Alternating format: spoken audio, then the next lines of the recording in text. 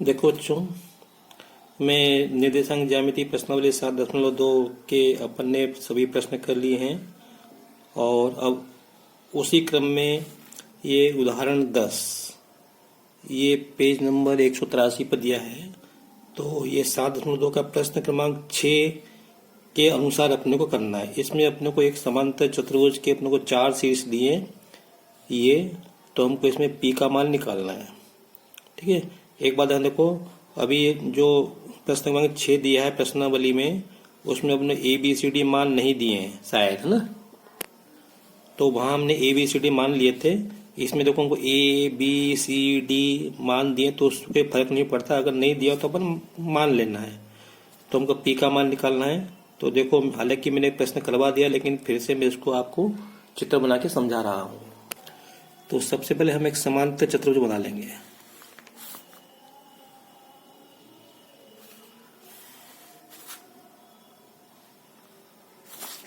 इसको A B C D नाम दे दो और बिंदु ए के निर्देशांक दिए हैं 6, 1 और बिंदु बी के निर्देशांक दिए हैं 8, 2 और सी के निर्देशांक दिए हैं 9 और 4 और डी के निर्देशांक दिए हैं पी और 3। तो हमको पी के मान निकालना है। तो हम क्या करेंगे, हम ये ए को सी से मिलाएंगे तो ये हमको विकर्ण मिल जाएगा और बी को डी से मिलाएंगे तो ये हमको विकर्ण मिल जाएगा। तो ये जो काट रहा है ये बिंदु ओ पे काट रहे हैं, तो ये ओ ए सी का मध्य बिंदु है और इस ये ओ बी डी का भी मध्य बिंदु है। तो हम क्या करेंगे, यहाँ से हम ए सी का मध्य बिंदु निकाल लेंगे तो हमको इसके मान मिल जाएंगे। फिर हम बी डी का मध्य बिंदु निकाल लेंगे। ठीक है, तो बी डी का जो मध्य बिंदु आएगा वो पी के रूप में आएगा क्योंकि यहाँ पी दिया है। और फिर जो अपने को ओ के 2 निर्देशांक मिलेंगे उनको हम बराबर रख देंगे। तो देखो, तो सबसे पहले मैं ए सी का मध्य बिंदु के निर्देशांक निकाल रहा हूँ।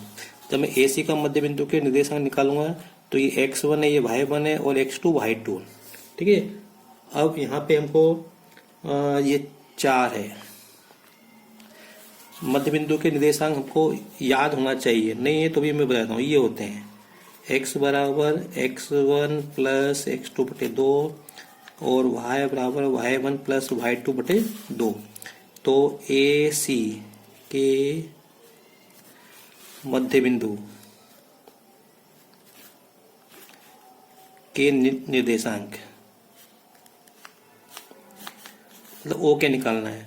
तो हो जाएगा x बराबर, देखो ये x1 है y1, ये x2 y2, तो 6 प्लस 9 बटे 2 और y बराबर y1 प्लस y2, तो 1 प्लस 4 बटे 2। तो ये हो जाएगा x1 9 6 15 बटे 2 और ये हो जाएगा 5 बटे 2। ठीक है, y बराबर 5 बटे 2। अब हम बी डी के निर्देशांक निकालेंगे। बी डी के, तो इसको हम x1 y1 ले लो, ये x2 y2, ये 8 और 2 है। तो हो जाएगा x बराबर 8 plus P x1 plus x2 बटे 2 और जाएगा y बराबर y1 प्लस y2 2 प्लस 3 बटे 2। तो ये हो जाएगा 8 प्लस पी बटे 2 और y बराबर हो जाएगा 2 और 3 5 बटे 2। अब मैं इधर ही करता हूँ इसको। देखो, तो ये जो बिंदु है इसके निर्देशांक अपन ने एक तो क्या निकाले 15 बटे 2 और 5 बटे 2 और इसी के निर्देशांक हमने क्या निकाला, ये 8 प्लस पी बटे 2 और 5 बटे 2। तो पी का मानेगा तो ये x है, ये भी x है, ये y, तो ये इसको इसके बराबर रख दो आप। तो बस यहाँ पे कुछ नहीं करना है, ये देखो ना आप, ये और ये इनको हम बराबर रख देते हैं। तो हो जाएगा 8 प्लस पी बटे 2 बराबर 15 बटे 2। ये 2 से 2 कट जाएगा तो P बराबर हो जाएगा 15 माइनस 8, तो P बराबर 7। बस ये उत्तर हो गया। अब इसको कुछ नहीं करना, ये तो मान दिया हुआ 5 बटे 2 5 बटे 2।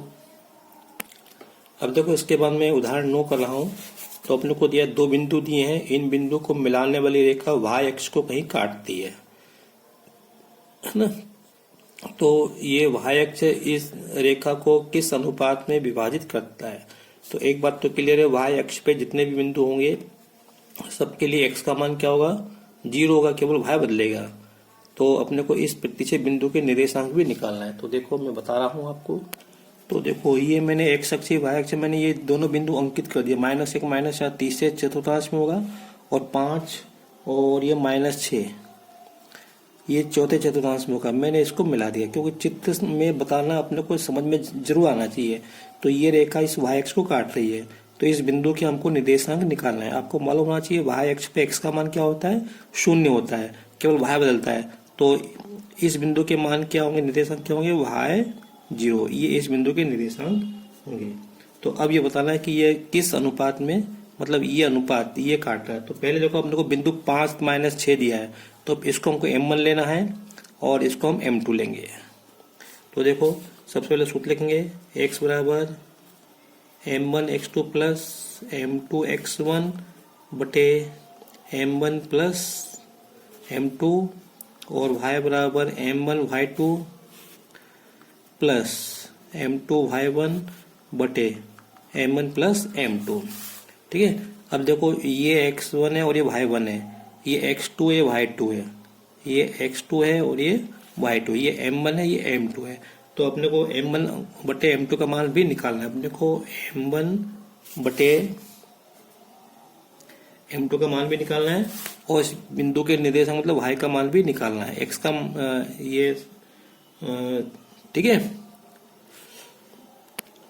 यहाँ पर गलत लिख दिया, सॉरी, ये 0 आएगा, x का मान 0 है ना, और ये y आएगा ऐसे। तो y का मान निकालना है। तो अब देखो मैं कर रहा हूँ यहाँ पे, तो ये हो जाएगा x बराबर m1 गुणा -1 प्लस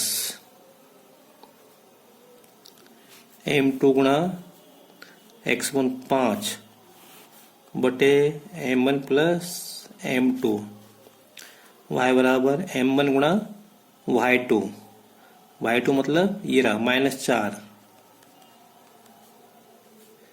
प्लस m2 गुणा y1 मतलब ये हो गया -6